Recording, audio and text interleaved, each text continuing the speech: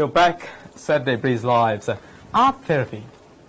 It's a bit of a new concept for me, Lauren, right? Yeah. Art therapy. Right? It says a form of psychotherapy involving the encouragement of free self-expression through painting, drawing, or modeling. Yeah. Used as a remedial or diagnostic activity. Diagnostic activity. Yeah. So, talking about art therapy, right? Because especially art therapy used to heal people Yes. with the mental health issues, Yeah, right? it is, yeah. And it's used frequently now, so it's a really good thing. Yeah. It's a form of self-expression for people who really can't express themselves normally, like through speech, everything like that. They've got something to focus on and drive them, and yeah. Today, our guest is qualified art therapist and professional qualified art therapist. She's in the studio. Chanudi, welcome. Hi, Thank you very much. Lauren. Thanks for having me here. No problem. So what's your background? How did you get into this? I started as an artist before, and then did my first degree in design, specializing in fashion. Yeah. And that time I realized it's not going to help other people much, Yeah. so I really wanted to focus on much service-oriented career. So Okay. then I was looking for something because I already had the background in art, and then I came across this. At that time, actually, in Sri Lanka, because I was back in Sri Lanka. It was not a very famous topic, or people they didn't know much about art therapy, No. how to become a qualified art therapist. So I had a little search, and then I found LaSalle College of Arts in Singapore, Yes. which is an affiliated university with Open University UK Yeah. at that time, but now they're credited with Goldsmiths. Yeah. So at that time, that was in 2010. Yeah. So I started my art therapy masters there, and that's a 2-year masters. I completed it and returned to Sri Lanka, started my practice as an art therapist, and then moved here actually recently. So now I'm here. That's good. Yeah, that's As fantastic. I know, as I mentioned to you earlier, art therapy is like a pretty brand new concept It to is. me. Anyway, because as you mentioned, because I grew up in Sri Lanka, as art therapy, that's something that we never heard. Yeah. Right. But now, It's fairly new I think it's profession. even in Australia, it's a very We do relatively have new art therapists here, concept. but we're not really come across them very often. Yeah. Yeah, unless you really like look for them or search for them Yeah. here too. But in Sri Lanka, I think I'm one of the pioneering art therapists in Sri Lanka because wow, that's really Fantastic. good. So we've got one of the pioneer on the pioneers on the program. program. Yeah. So tell me, what is art therapy? Like, what is art therapy? So, what does it sound to you? Tell me. Well, from what I've done a bit of a research last few days. Like, it's predominantly aiming to heal people with a mental disability. Okay, Yeah. yeah. So that's what I can It's find. use of art in a psychotherapeutic capacity in art making process with the aim to improve and enhance physical well-being and emotional as well as psychological well-being of any individual. It could be Okay. people with it doesn't have to be a particular age. It could be anyone. So that's one way of doing it. So the umbrella term is actually arts therapy, which are there are different modalities in arts therapy. Could be visual arts, could be dance, it could be music and movement, drama, it could be anything. Arts is a broad. It's a broad thing. Yeah. It's not just a drawing something. No, It Yeah. can be anything. particularly when you say art therapy, it's about the visual arts we are talking here. So it may include drawing, painting, doing sculptures, modeling, and photography. So all the visual components of art. Yeah. So that's basically what we use in art therapy. Okay, so just freedom to do self-expression. Oh Really. yeah. So it actually helps, and you can actually categorize in basically 2 ways where people use art as therapy, just to express and for healing purposes, or to have more insightful, meaningful outcome of their own artworks. And in the clinical settings, maybe it's used for diagnosis purposes and for interventions and necessary treatment plans. Okay. So that's more like art psychotherapy. Okay. So yeah. Okay, so why do you need to use art? first and foremost, it's just basically the expressive therapy, like expressive form of communication or whatever, because it's very spontaneous. Like when you were a child, were you ever taught how to draw things? Like when you were in the scribbling stage or just doodling things or just drawing those stick figures, maybe 2, 3, 4 years.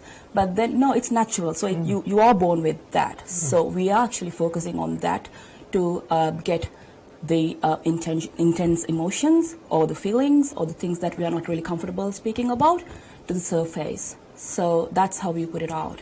And that could be, the process itself could be very therapeutic. Yeah, actually, that's relates to my next question that I had in my mind. So what if I'm not good at art? Like, can I actually get the treatment? Yeah? Oh, of course, yes, because you don't have Not that I'm good at art. You are not. Yeah. No, I don't believe it. Because I believe everyone can draw. It's just that if you don't continue the practice as a painter or an artist, of course you lack the skills, but then every human, they can draw. Because as I said, no child were taught how to do doodles or stick figures. They just came up with that. And so that's an inborn thing. So it doesn't have to have any skills or artistic requirements to be in an art therapy session. Okay. So, And you don't have to have any psychotic disorders or any psychiatric illnesses to have art therapy as well. It could be just for your healing purposes as well as a self-expression or for self-growth and development. Yeah. So it doesn't have to have, you don't have to have a label to go with art therapy. So before we go on, like, you need to get an appointment with her. do it now. Well, we'll go to a quick ad break and we'll be back with Chanudi more. Okay.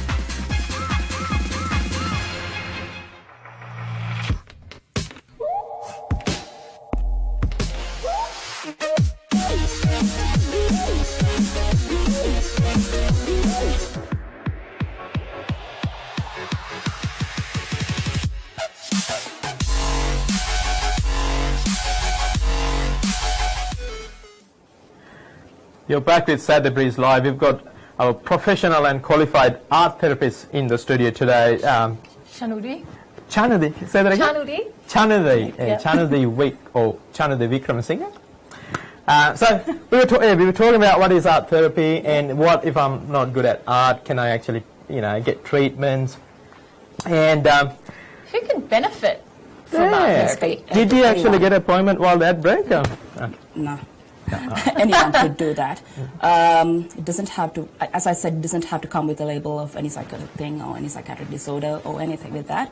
So it could be, it's practiced with people with disabilities, people in forensic care, and people who go through their life transition periods, or could be with depression or as PTSD, the post-traumatic disorder, and like, the list is endless. I mean, you don't have to suffer from mental illness. Like, No, let's say if you suffer from It's a form of physical expression. illness, and then if you want to, improve your, the Mental health. well-being, and then morale. That's where you go, right? Yeah, definitely. It's just tapping on your skills which you already have. So it's not really, anyone is actually not really giving it to you. Because one of the questions I always get is the art therapist interpreting the artworks we do?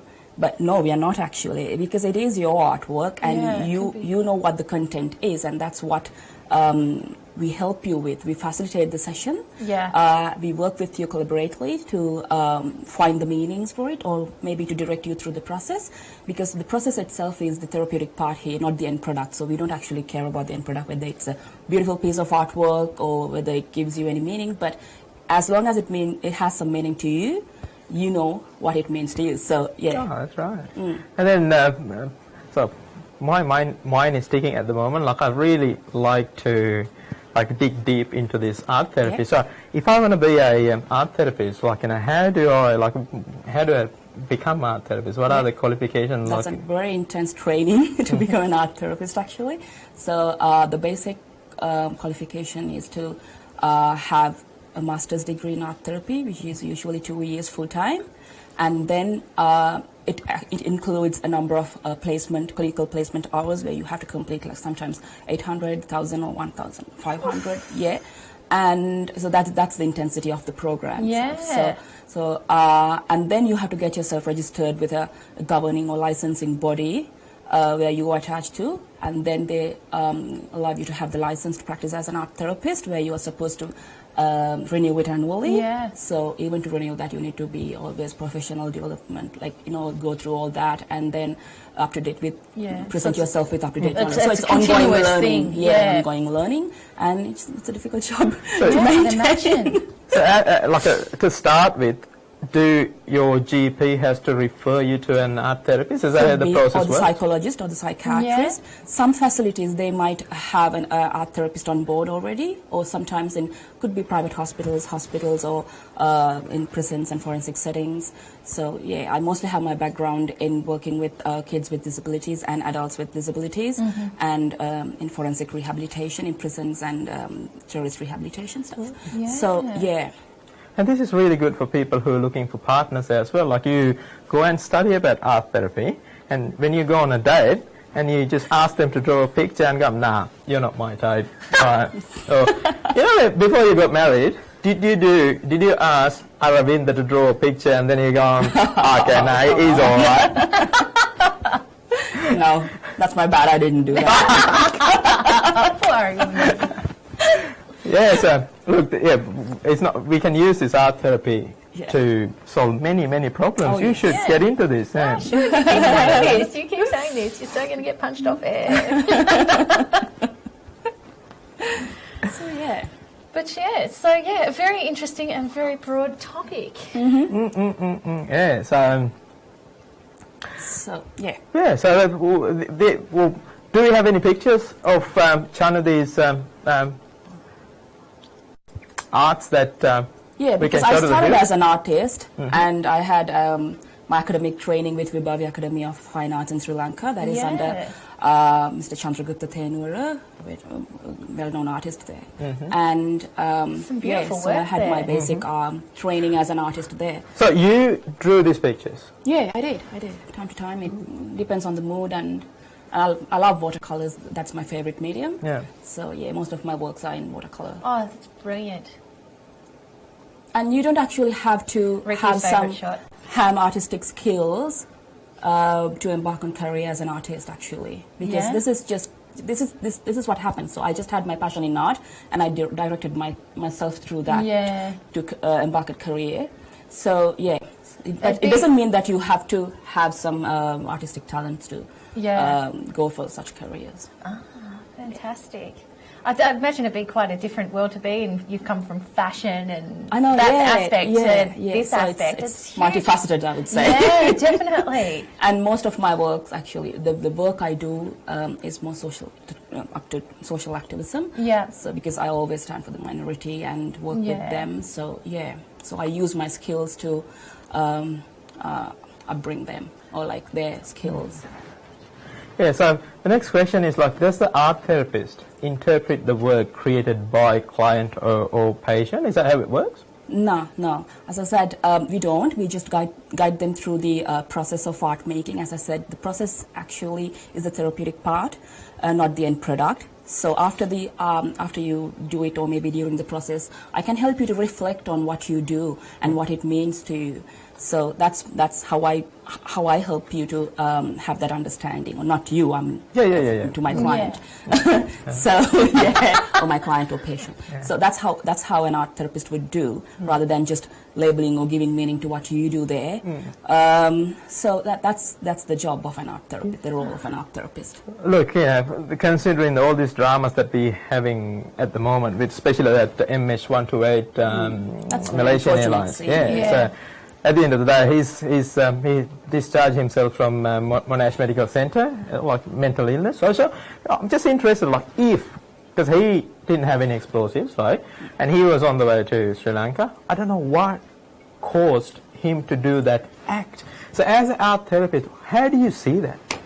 I can't really say much about it because I'm not much aware about the situation, but I'm just assuming he could have benefited from art therapy if they had something like that, because it actually lets you to reveal intense emotions and the things that you are not very comfortable talking about using words. So this is a non-verbal practice, and it's evidence-based that, we have been practicing this for ages, and then there are many research works done, and that there are many cases, the successful cases as well.